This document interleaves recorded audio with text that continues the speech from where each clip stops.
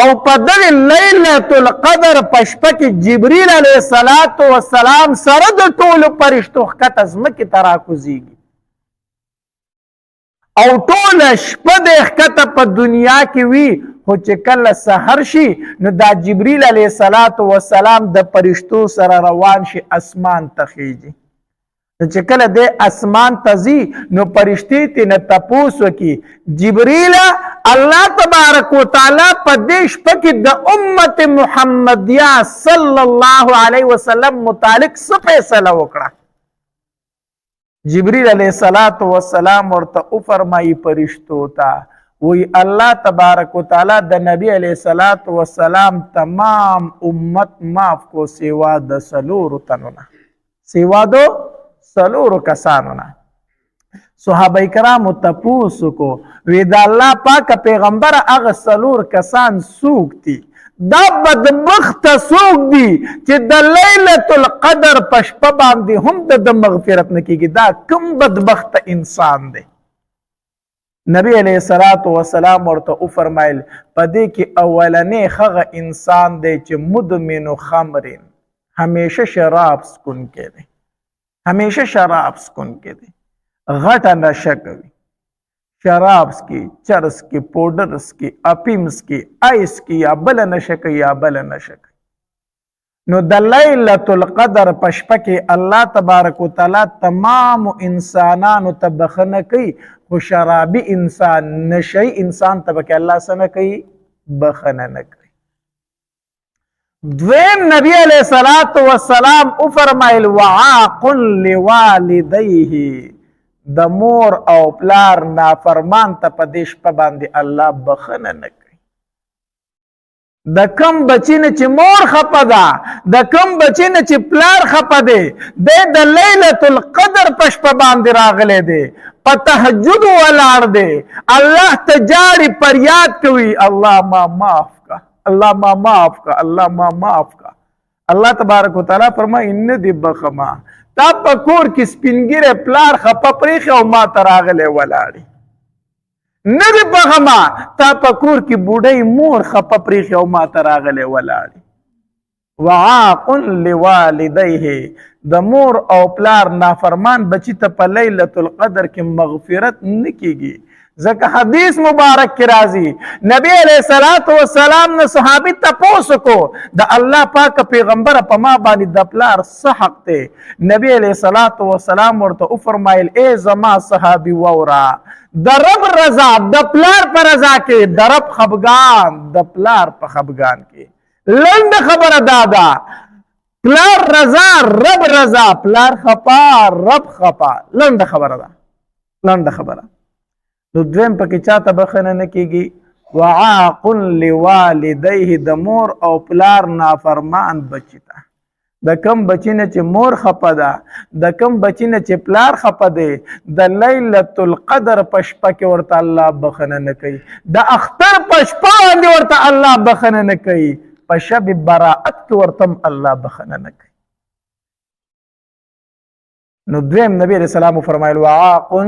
لوالدیه. او دریم نبی علیہ السلام فرمایل قاطع رحم، خپل ولی کټ کون کې، خپل ولی پرې کون کې انسان الله تبارک وتعالی دته د لیلۃ القدر په شپه باندې بخښنه نه کوي. دی راغلی دی، ښه شپه ده، د لیلۃ القدر شپه ده، په جماعت کې په تهجد ولاړ دی، الله ته جاړي، الله ما معاف کا، الله ما معاف کا. الله تبارک وتعالی فرشتو ته وایي اے فرشتو دته صبر وکئ،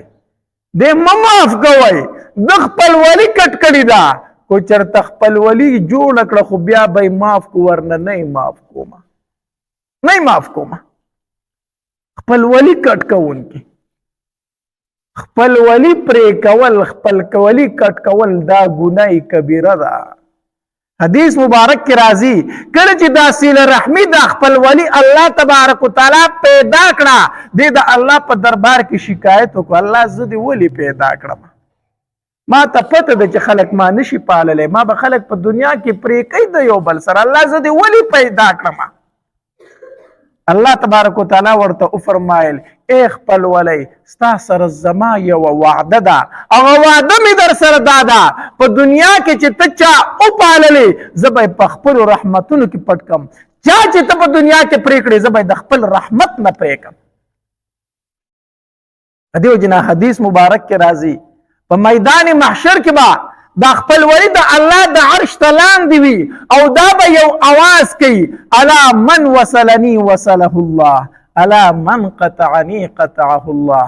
الله په دنیا کې چې چا پاللی وما نن په خپلو رحمتونو کې پټ کا الله په دنیا کې چې چا پرې کړي وما نن د خپل رحمت نه پرې کا صله رحمي به د الله د عرش ته لاندې دا اواز کوي تمام مخلوق به اوري د صله رحمي دا اواز نو د چا چې په کورونو کې د یو بل سره نه لګي دا په چم گاون کې د یو بل سره نه لګي دا د خپل خپلوانو سره نه لګي دا خبرې نه کوي د یو بل سره زه ورته وایم راشه د بل چا انتظار مه کوه د یو بل سره جوړه وکئ صلح وکئ روغه وکئ ورنه د لیلة القدر شپه به تېره شي او الله به درته بخښنه نصیب نه کړي الله دې به پکې مغفرت ونه کړي ستا بخښنه به دې نصیب نه شي رور په رور د رور سره په کور کې خبرې نه کوي وراره د تر سره خبرې نه کوي خورایه د ماما سره خبرې نه کوي کور کې زنانه د انګور د خواخې سره خبرې نه کوي خواخې د انګور سره خبرې نه کوي یور د یور سره خبرې نه کوي د یو بل سره دشمنی دی نالګی دی تربګنی دی یاد اوساتئ ګورې کو روغه خو اون نکړه د لیلة القدر شپه به تېره شوه الله به درته بخښنه نصیب نه کړي الله تبارک وتعالی دې د عمل کولو توفیق پرې راکړي یوازې اورېدل نه دي عمل پې کول غواړي روژه مې نیولې ده د شپې تراویح کومه تهجد کومه خو دا خبره هم په ذهن کې چې راولم کړ چې د خپلو خپلوانو سره مې تعلق څنګه دی هر سړی وایي دته ګناه ده نبی علیہ السلام فرمایي واحسن من اساء الیک ښه کوه د هغې چا سره چې څوک در سره بد کوي کمال خدا دی چې یو سړی تا سره ښه کوي نو ته به ورسره ولې بد کوي خو بیا ته ظالم یې چې هغه در سره ښه کوي ته ورسره بد کوي کمال خدا دی چې هغه در سره بد کوي ته ورسره ښه کوي وای دته ګناه دی وای ګناه کو هر چاته دی خو زه د نبی علیه السلام په دې حدیث عمل کومه چې ښه کوه د هغې چا سره چې څوک در سره بد کوي زه هغه ته غاړه ورکوم سلام ورسره کومه زه د نبی علیه السلام په دې حدیث عمل کومه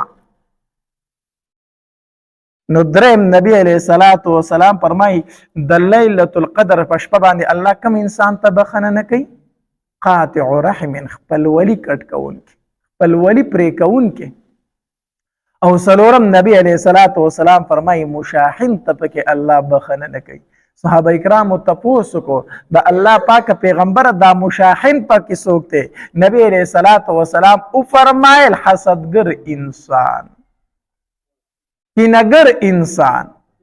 کم انسان کې چې کینه ده په کم انسان کې چې حسد دی الله تبارک وتعالی پکې دته بخښنه نه کوي دته مغفرت نه کوي حسدګر انسان کینهګر انسان ته پکې الله بخښنه نه کوي